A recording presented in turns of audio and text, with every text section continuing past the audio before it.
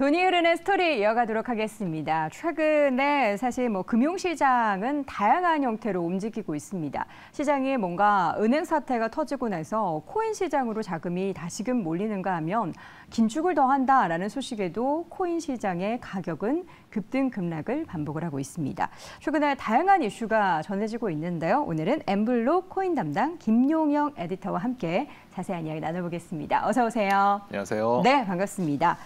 비트코인 가격이 최근에 막 오름세를 보이더니 또 밤사이에는 5% 이상 크게 하락했고 이더리움은 7%나 하락을 했다고 하는데 네네. 뭔가 좀 안 좋은 이슈가 있었나요? 이번 하락은 사실 딱 잡히는 가장 큰 이 뚜렷한 이유가 없는 게 또 특징 중에 하나인데요. 네. 이게 지금 비트코인 가격을 보면은 이제 간밤에 5% 정도 떨어졌다가 지금도 그래서 한 29,000달러를 이제 간밤은 좀 지지를 했어요. 네. 근데 지금 이제 29,000달러를 내주고 28,000달러 정도로 돼서 이제 어. 그 전에는 이제 31,300달러 정도 됐었거든요. 네. 그래서 한 5% 빠졌다고 이제 보시면 될 것 같은데. 이렇게 이 떨어진 이유는 가장 첫 번째로 보면은 일단 그 지난 밤에 영국의 이제 CPI 지수가 이제 예상보다 좀 높게 나온 게 10.1%였습니다. 예, 맞습니다. 그래서 예상보다 좀 큰 폭으로 좀 높게 나와서 이게 이제 그 투자 시장에는 이제 긴축을 좀 앞당 긴축 우려가 강해질 수 있다라는 우려가 이제 커져서 전반적인 투자 시장, 특히 그 중에서도 이제 코인 시장에 좀 악재로 많이 좀 작용을 한 것으로 보이고요. 근데 여기에도 이제 특징 중에 하나가 최근에 이제 말씀하신 것처럼 비트코인이 많이 올랐지 않습니까? 네. 3만 달러 이상으로 이제 이 올해 초부터 굉장히 큰 폭의 이제 급등을 보였었는데 이렇게 급등세가 이렇게 지속이 되면서 이제 코인 시장에 투자하시는 분들이 좀 많아지면서 이제 현물보다 이 코인 시장에도 특유의 선물이 있는데 선물의 영향력이 좀 이제 현물에 미치는 영향력이 높아지는 그런 이제 웹도덕 현상이 좀 이제 커지고 있었어요. 네. 이게 강세장에서는 흔히 볼 수 있는 현상인데 작년에 이제 코인이 워낙 바닥을 기면서 웹도덕이 좀 약해졌는데 선물에도 영향도 좀 적어졌는데 올해 다시 이제 오르면서 이런 선물의 영향이 현물 시장에 좀 크게 영향을 주는 사건이 좀 많이 발생을 했는데요. 특히 이제 영국의 CPI 지수가 나오면서 네. 6천억 규모의 이제 비트코인이 한 번에 이제 나오는 현상이 나왔습니다. 한 번에 이제 매도가 나왔었는데 네. 이러면서 이제 가격이 떨어진 게 다시 선물 시장에서도 이제 롱 스퀴즈라고 불리는 이제 매도 현상을 부추겼고 이게 다시 선물에 영향을 주는 이러면서 한 20분 사이에 5%가 확 빠졌어요. 이게 가장 큰 영향으로 가장 큰 이유로 지목되고 있습니다. 단기적으로 이렇게 하락한 것이 그 배경이 이제 웹도덕 현상이다. 선물 가격이 현물 가격의 하락을 야기시켰다라고 하는데 앞서서 잠깐 말씀해 주셨던 게 가격이 상승할 때 이런 현상이 좀 많이 발생한다. 그러면 이번 현상도 약간 가격의 상승의 시그널 이런 걸로 해석을 할 수도 있는 건가요? 예, 그렇게 볼 수도 있긴 합니다만 이 웹도덕 현상, 그러니까 이 선물이 현물에 미치는 걸 보면은 오를 때 큰 폭으로 오르게 하고 떨어질 때 큰 폭으로 떨어지게 하고 이렇게 좀 변동성을 높이는 안 좋을 수도 있다라는 거군요. 맞습니다. 이게 자주 일어나지는 않죠? 그 강세장 때에는 그러니까 강세장이라고 이제 우리가 얘기하는 2017년 그리고 2018년 때도 그랬었는데 작년에 이제 그 루나의 몰락과 루나 사태. FTX 사태 때문에 코인 시장이 아주 규모가 줄어들었어요. 네. 규모가 줄어들기 이전에는 그때는 이제 선물이 시장에 참여하는 분들도 많아가지고 그런 현상이 좀 자주 나왔었는데 작년에 사실 그런 현상이 많이 없었었죠. 근데 올해 들어서 이제 다시 이게 이런 현상이 좀 보이고 있어서 시장에서 이제 미치는 영향이 커지기 때문에 많이 고려를 하셔야 될 필요가 있지 않을까 이런 생각이 들고 그걸 이제 보여주는 이번 하락이 아니었나 싶습니다. 그러면 실질적으로 변동폭이 어제 밤 사이에도 단기적으로 20분 내에 5% 이상 급락하는 모습이 나타나기 때문에 이 코인을 장기적으로 들고 계신 분들은 그럴 수 있다라고 보겠지만 단기적으로 투자하시는 분들은 단기적인 손실을 좀 크게 볼 수 있겠네요. 네, 어쩔 수가 없습니다. 네. 그런 시장의 최근에 변동성이 있는 움직임은 잘 좀 주의를 하셔야 될 것 같고요. 네, 코인 시장 관련해서는 해외에서 지금 특히나 미국에서 의회의 금융청문회 속에서 계속해서 언급이 되고 있습니다. 보면 좀 부정적인 내용들도 좀 많은 것 같아요. 네, 그 미국 시간으로 18일 날 그때 이제 미 하원 금융 이제 서비스 청문회가 이제 열려서 여기서 이제 그 미국의 그 게리 겐슬러 SEC 의장이 이제 참가를 했었죠. 그러면서 특히나 이제 최근에 이제 그 미국 증권거래위원회에서 코인 관련한 규제를 다수 내놓고 있는데 이 규제가 적정하냐라는 걸 이제 집중적으로 다뤘었어요.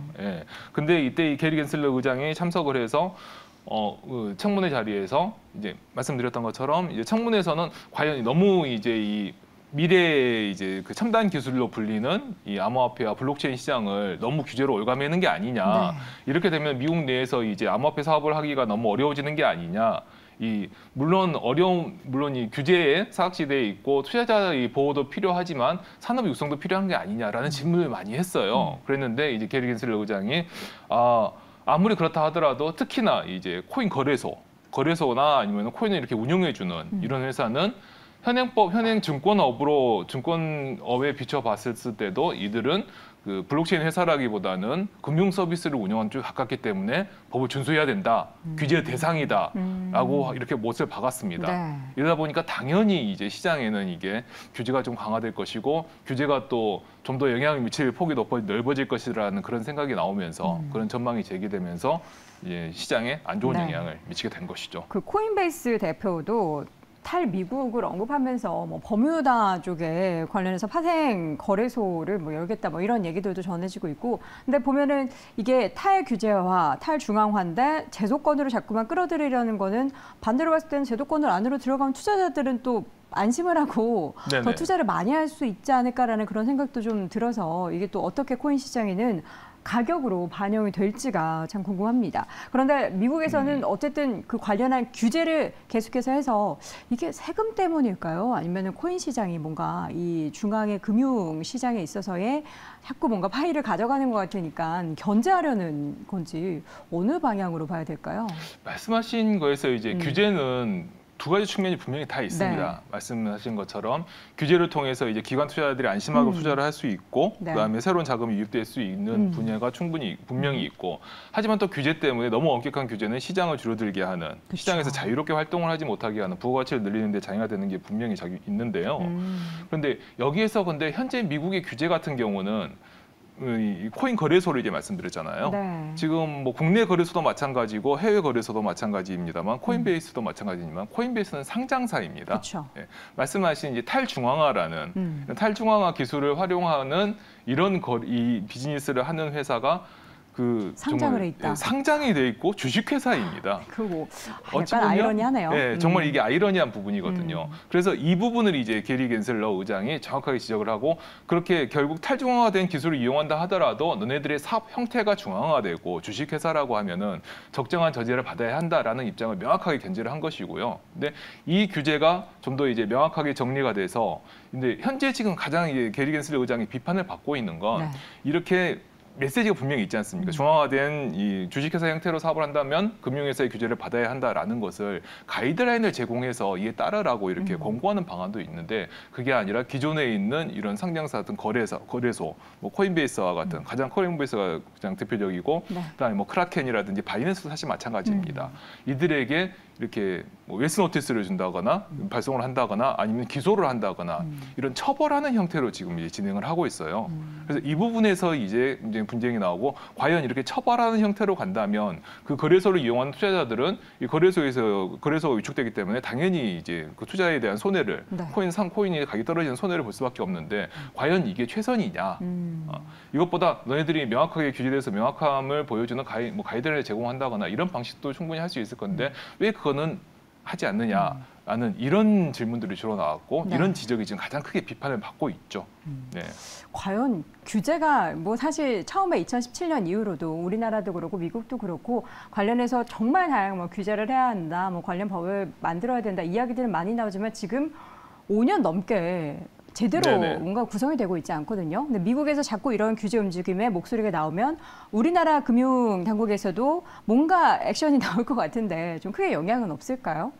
이 우리나라 금융 당국과 그리고 이제 미국을 제외한 유럽에서도 또 얘기를 할 수가 있습니다. 네. 사실 말씀하신 것 같은 이런 규제 움직임은 누가 봐도 필요한 것이기 때문에 그쵸. 다들 이제 정부에서 이렇게 금융 당국에서 진행을 하고 있거든요. 근데 미국 같은 경우가 SEC가 나서서 이렇게 처벌 위주로 하고 있어서 비판이 많은 것이지, 네. 국내에서도 이제 디지털 자산 기본법이라고 하는 이게 지금 현재 입법 절차를 진행하고 네. 있고요. 그리고 유럽에서는 이제 암호화폐의 그 규제를 이제 망라한 미카라고 하는 이제 법안이 있습니다. 미카 법안이 굉장히 오랫동안 만들었어요. 한 2년, 3년 넘게 만든 걸로 알고 있는데 이게 드디어 이제 최종 투표를 이제 앞두고 있고요. 이런 규제가 만들어진다라고 하면, 이런 법안이 만들어진다라고 하면 이제 좀 더 시장이 훨씬 투명성이 이제 높아지고 기관 투자자의 이제 투자가 가능해지고, 특히나 이 개인들의 개인들이라고는 지금 현재 이제 코인 투자자 있지 않습니까? 네.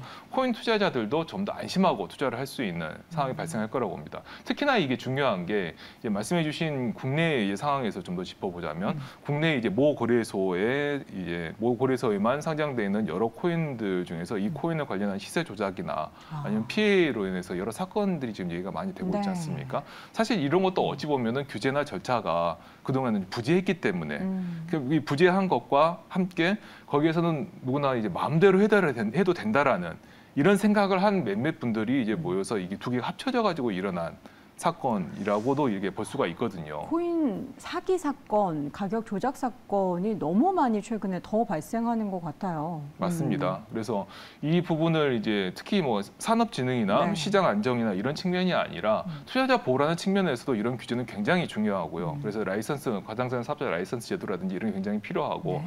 특히 이 중에서 우리나라에서는 가상자산 사업자 라이선스 제도가 굉장히 빨리 도입이 됐어요. 제가 알고 있기로는 거의 전 세계에서 가장 먼저 도입이 됐고 네. 그 다음에 이제 두바이가 지금 진행하고 있고 그 다음에 유럽 미카를 통해서 이제 진행되고 있는 것으로 알고 있는데 이 사업자 제도를 통해서 뭐랄까 이 거래소 내에서 뭐 여러 가지 뭐 부정이라기보다는 좀 거래소에 신뢰를 할 수 있는 이런 부분에 있어서는 그나마 좀 앞서서 진행이 됐긴 합니다만 그로서는 투자자 보호 측면에서는 아직 좀 충분치 않죠. 그래서 이 부분을 좀 더 보완하고 나간다라고 하면 말씀드린 좀 여러 가지 일들도 좀 해소가 되고 코인 시장도 좀 더 안정화되지 않을까 생각하고 있습니다. 이게 무조건 규제라고 해서 안 좋은 게 아니라 이런 다양한 좀 사건으로 인해서 신뢰도가 잃어버리고 그런 것보다는 적당한 규제를 통해서 뭔가 통제가 되는 그런 시장이 마련됐으면 좋겠습니다. 앞으로 이제 코인 가격은 계속해서 좀 변동성이 단기적으로 있을 것 같은데 가격 전망은 어떻게 할 수 있을까요? 네, 크게 지금 전체 코인 시장이라고 할까요? 네. 코인 시장에서 두 가지를 저는 보시면 될 거라고 생각을 해요. 두 가지. 예, 두 가지라고 하는 게 사실 첫 번째가 비트코인이고 두 번째가 이더리움입니다. 네네. 네, 비트코인 같은 경우는 현재 이제 정말 자산으로서 코인 중에서도 자산 측면이 너무나 이제 강하게 드러나고 있고 이걸 가지고 무슨 사업을 한다든지 새로운 서비스를 하는 것보다는 대체 자산과 대안 자산으로 해서 이게 너무 인정받고 포트폴리오의 있는 일부로 가지고 있죠. 그렇게 인정받고 있죠. 이런 상황에서는 시장의 규모와 시장의 크기와 그리고 여기에 얼마떤 자금이 유입되느냐가 사실 가장 중요합니다. 그런데 이 비트코인이 대안 자산으로 평가받는 계기엔 이제 은행 파산, 미국의 은행 파산 얘기가 있지 않습니까? 이게 지금 수습 단계에 있고 지금 아무 별다른 얘기가 없습니다만 그 바닥에서는 아직도 이 이슈가 좀 존재를 하고 뭐 상업용 부동산 얘기도 나오고 해서 이게 100% 해소되지는 않은 것 같아요. 그래서 지금 어제는 이제 가격이 많이 큰 폭으로 떨어졌고 이런 선물 영역이기 때문에 가격이 큰 폭으로 떨어졌지만 비트코인의 방향성 자체는 아직까지 훼손되지 않는 것 같고요. 이런 은행 파산과 기존 금융 시스템에 대한 불안감이 있을 때는 항상 비트코인이 좀 더 우상향할 수 있는 기회가 마련된다라고 보시면 될 것 같고 두 번째는 이제 이더리움입니다. 이더리움 같은 경우는 최근에 이더리움 2.0이라고 하는 큰 변화가 있었어요. 그렇기 때문에 이 시스템을 안정시켜야 하는 이슈가 존재합니다.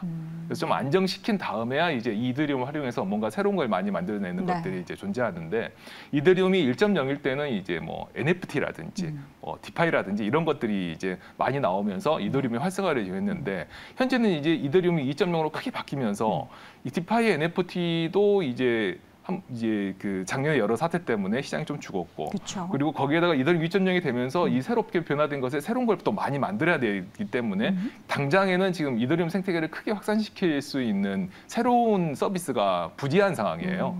여기에 이제 이더리움 파생이라고 해서 여러 가지 이더리움 뭐 유동성 스케이팅 이런 걸 말씀하시는 분들이 많은데 이거는 규제 좀 이슈가 있고요.